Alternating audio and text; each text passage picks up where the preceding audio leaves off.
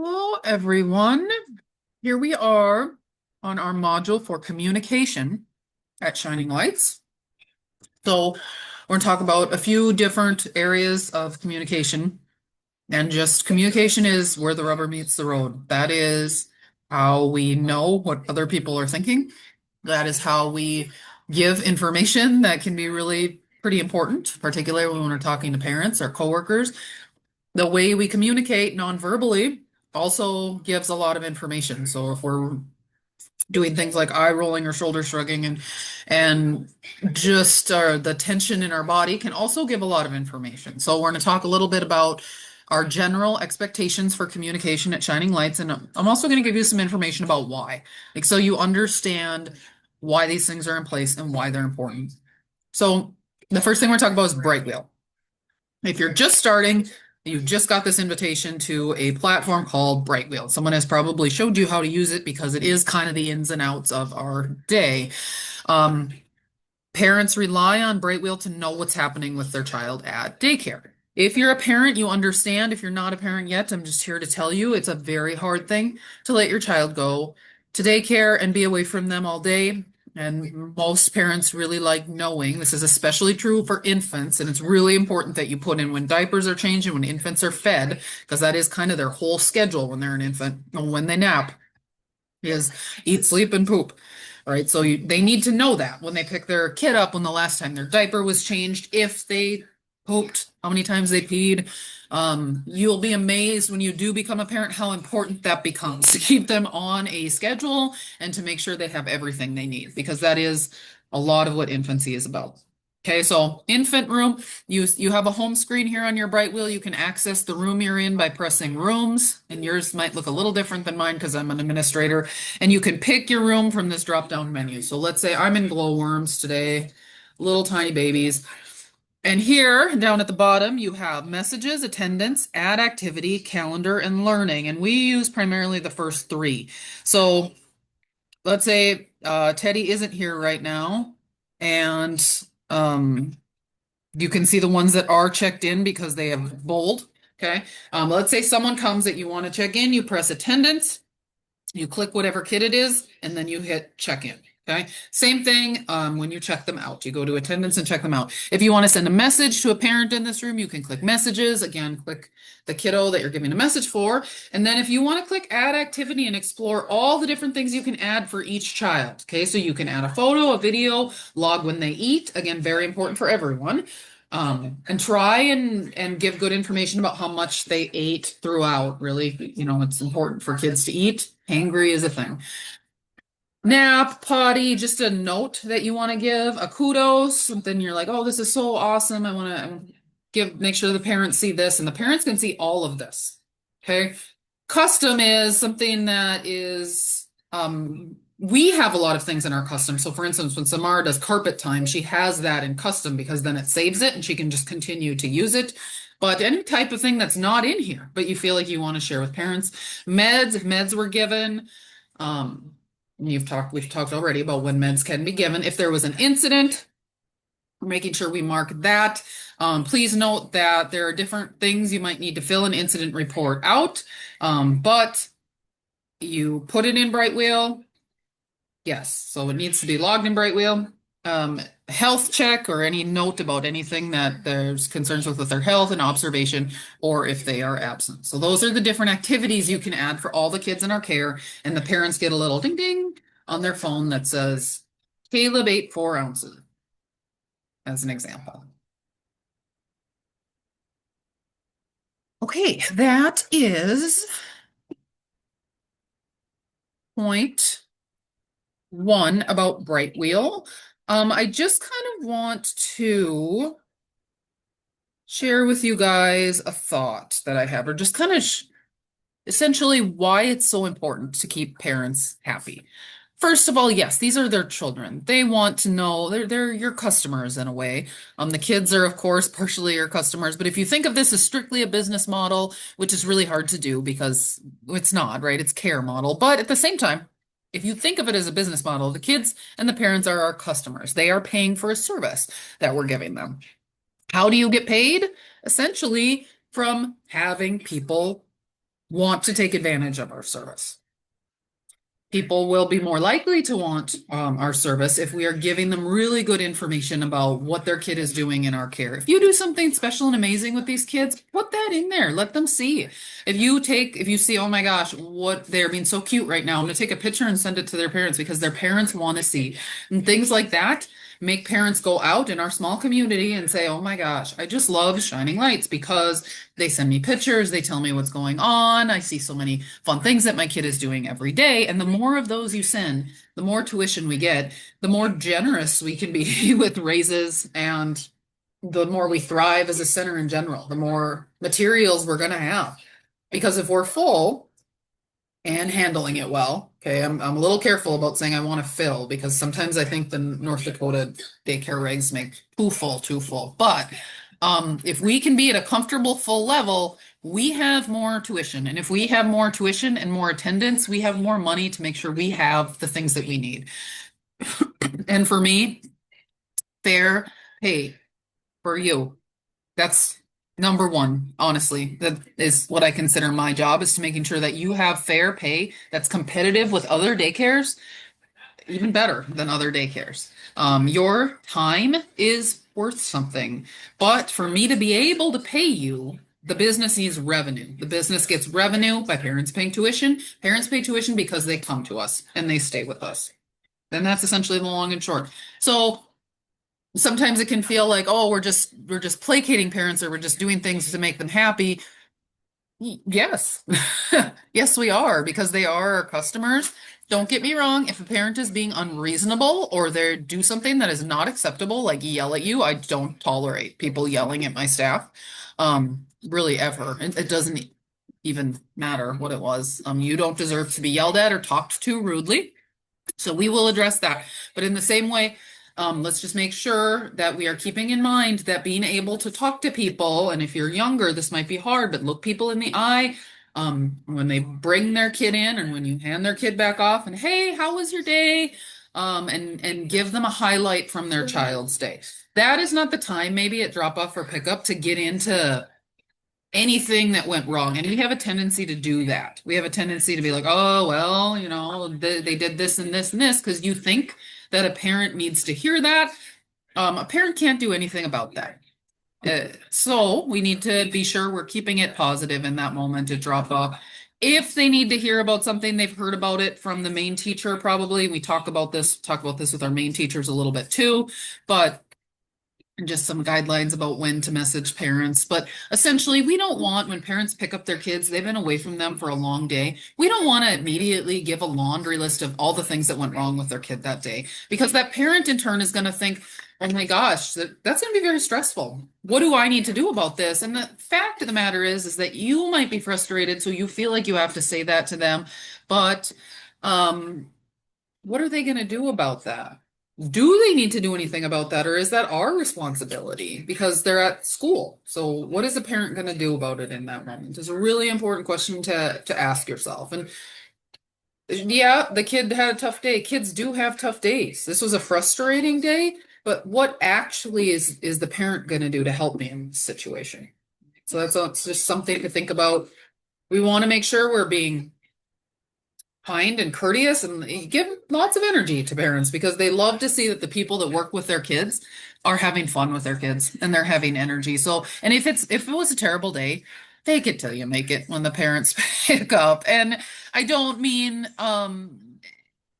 if it's continually been bad time with this kiddo, we will talk to the parents about that. We'll get a plan in place, but bring that to a coworker, supervisor. I need help with this kid.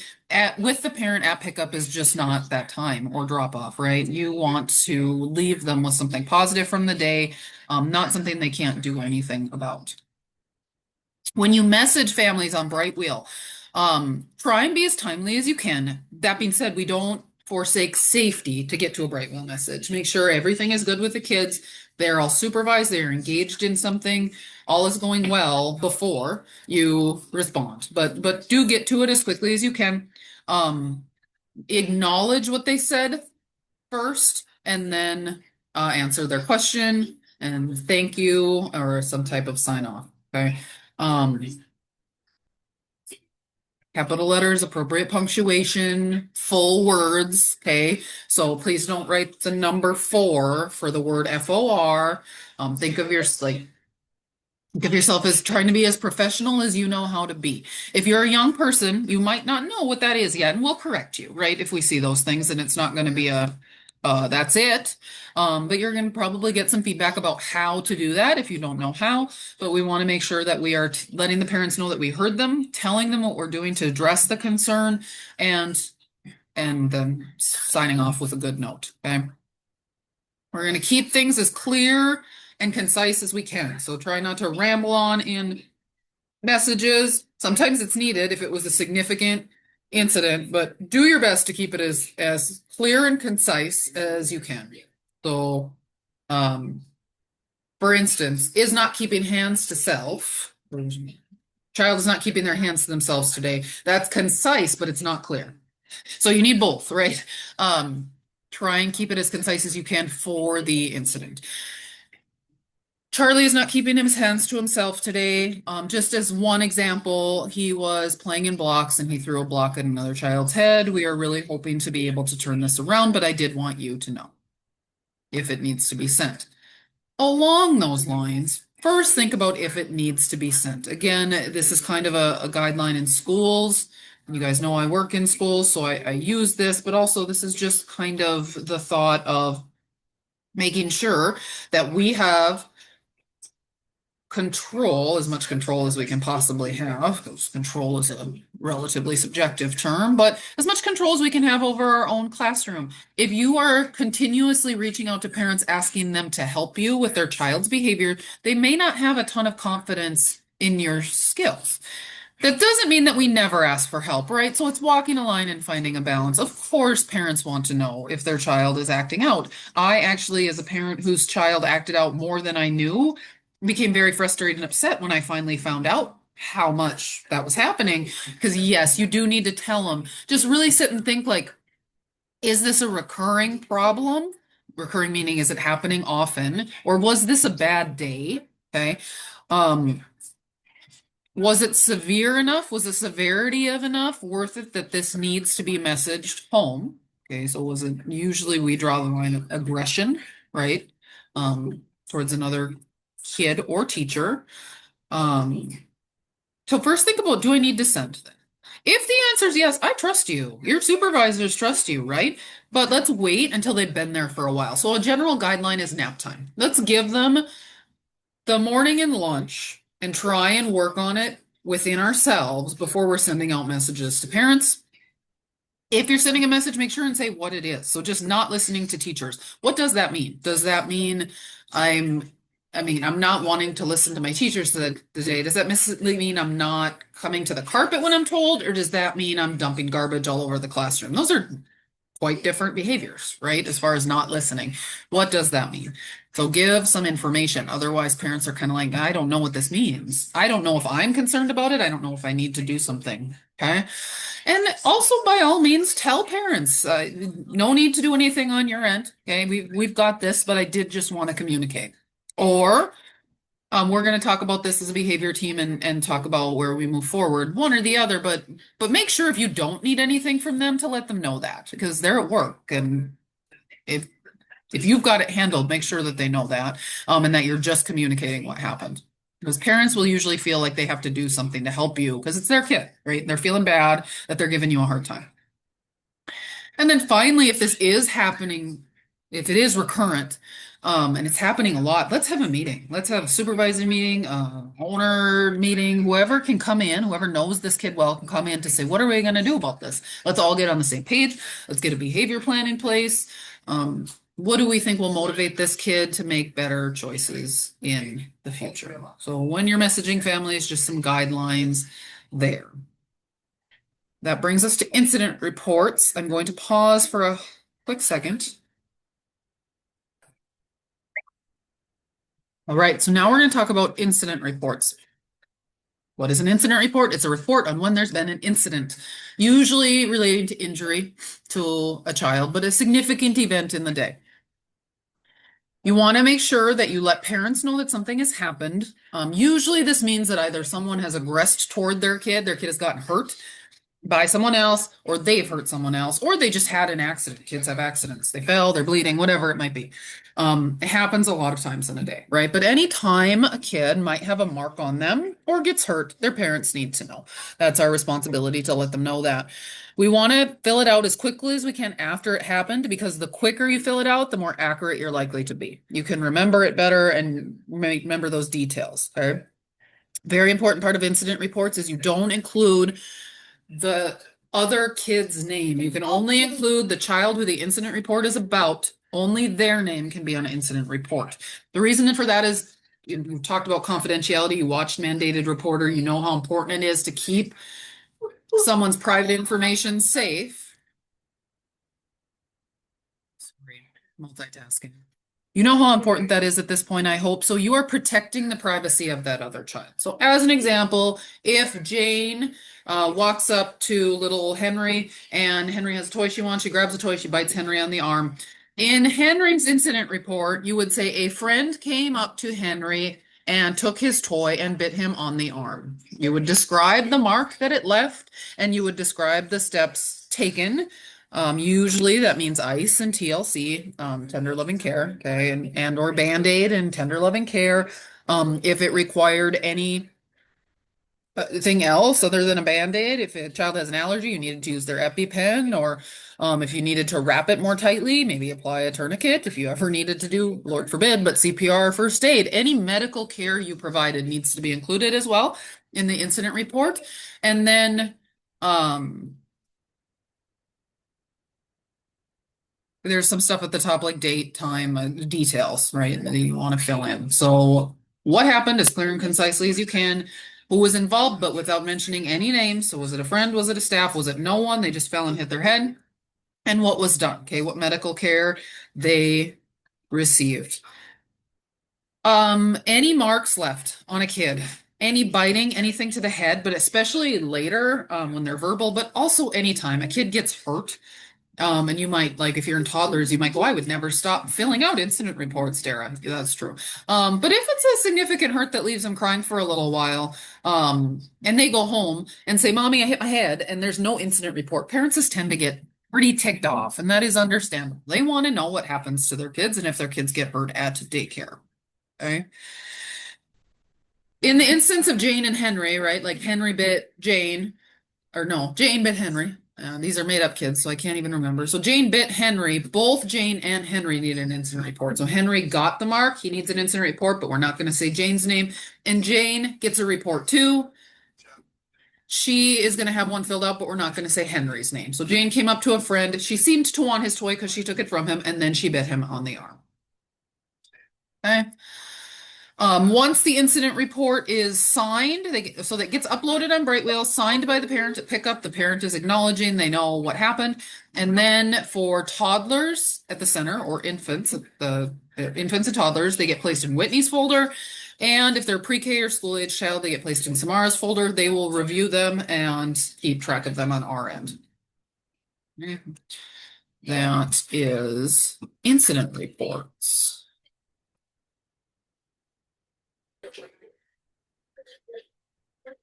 I've kind of touched on this already, but our communication with families, having those strong relationships with families, having them respect us and feel confident that they know we're taking great care of their kids is a top priority. Just because families being healthy means kids are healthy, and parents feeling confident and good about what we're doing with their kids makes their day much better. Everyone's mood is great, right? So we want to make sure that we're being professional, positive, and respectful with families. Try to keep the negative to a minimum. Obviously, yes, sometimes people need to know what's happening with their child. But if they feel like you're constantly harping on them, blah, blah, blah, blah, blah, they did this today and this today and this today, really think about whether this parent needs to know this or whether you have it under control. Always greet families when they come in and when you pick them up. Hello, greet them by name if you possibly can, but even just Connor, Dad's here, whoever it might be. Share highlights at pickup when parents pick up their kids, and if you've only been there since 3, just think of something cute they did while you were there, and or just they've had a great day, they're very happy. little comments such as that. If a parent, however, comes to you with a concern or they seem heightened or emotional about something, keep your calm and remember that you have a support system to help with this. Okay. Samara, Whitney, whoever your support specialist is, myself, like, there's a bevy of support here to help you address this concern. So don't feel like this is on you or you have to handle this, but you do want to remain calm and just say, yes, I want to hear you. So be open. Have your listening non-verbals, like you're maintaining eye contact, you're listening, you're nodding. If it's about you, like if they have a concern with you, like to say, and they say something like, I really have an issue with, don't get defensive. Okay. Remember that there's two people on each side of a problem, right? So it might be that might be about them. It might be that that triggers them for some reason, that they had a bad day. It might be that you did something wrong. And if it is, it's important to own that. This does not mean that it's the end of the road for you if you make a mistake. Mistakes are made here. Mistakes are allowed. So just hear, and if as they're talking, you go, oops, yep, you can apologize and you should apologize. And apologizing is a really important skill to just say, you're right. I wasn't thinking about it that way. I am sorry. I didn't mean to. Um, Ken, do you want to talk to Whitney, Samara, Dara, whoever it is? Like, should we get together and talk about this? If it's about someone else, again, remain professional. You don't want to pull a parent in and say, oh yeah, she drives me crazy. We're not doing any of that here. Okay. You say, oh, I'm sorry to hear that. I can bring this to someone. Should we have a meeting? Should I find the right person for this? So do your best.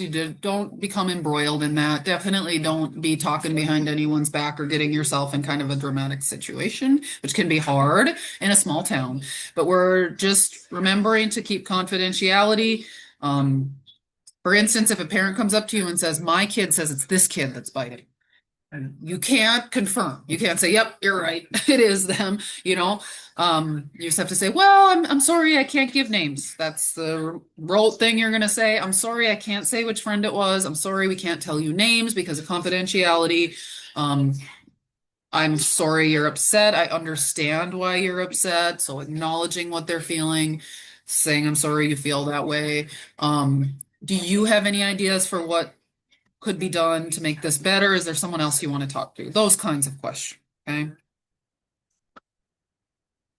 Um, Focus on solutions. So we're not going to spend time just with parents or coworkers. Honestly, let's try and focus on what we do. Okay. If you're complaining, if you find that with a certain coworker, you're always complaining about this person, or with a certain parent, they always want to complain to you about this staff or this kid or whatever, this parent, whatever it might be, always looking for the solution, not getting embroiled in the just want to be negative, right? What is the solution here so that we can move forward? And that's always what we're looking to do here. Okay.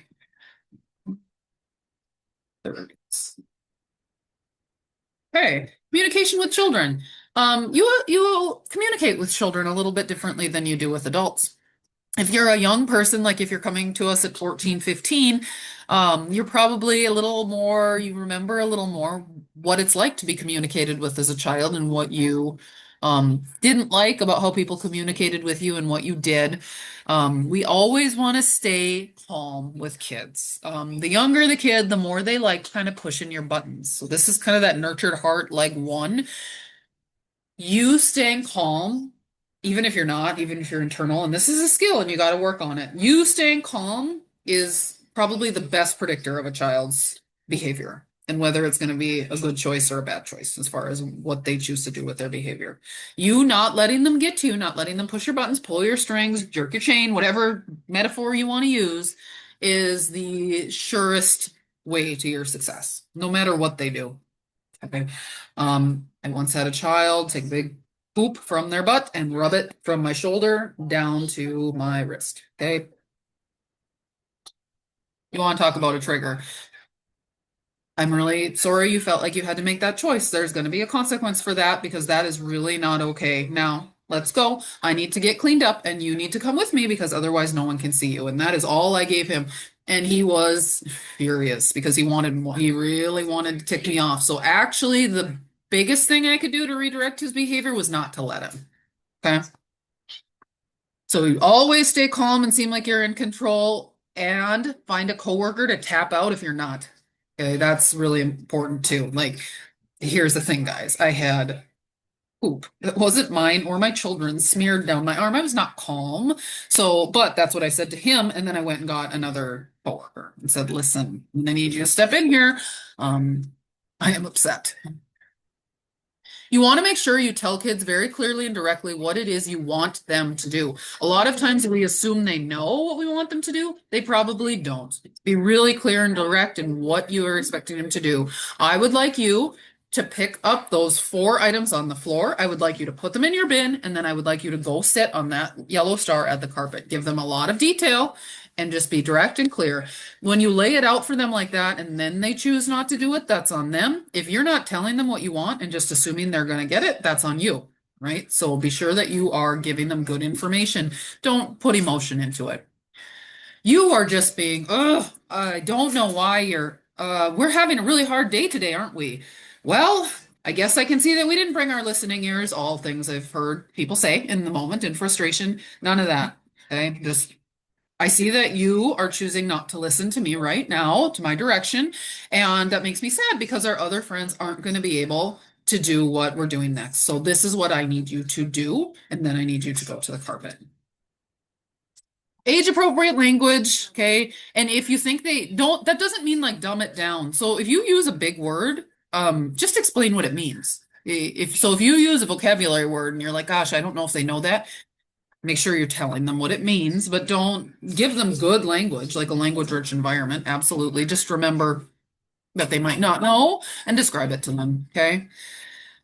Don't yell things across the room whenever you can help it. It's one thing if it's a significant safety issue and something really bad is going to happen, then you might need to. But for the most part, we want you to be getting down, getting their eye contact so you know that they're hearing you, or at least they can't tell you they're not, and kneeling down on their level or going across the room to do that.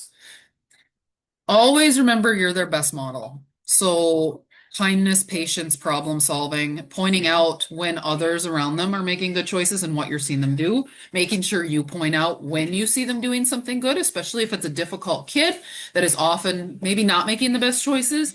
Anytime you see them doing something good, you want to be pointing that out. Absolutely. Because that's going to give them the information about what you are going to give attention to, right?